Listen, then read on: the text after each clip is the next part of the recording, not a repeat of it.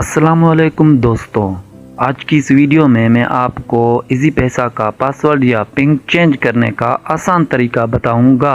सबसे पहले इजी पैसा ऐप ओपन करें।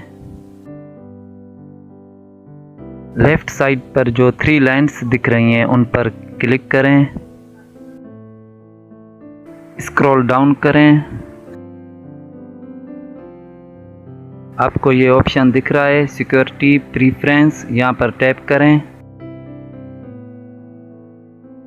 देन चेंज इजी पैसा अकाउंट पिन पर टैप करें। ओके पर टैप करें।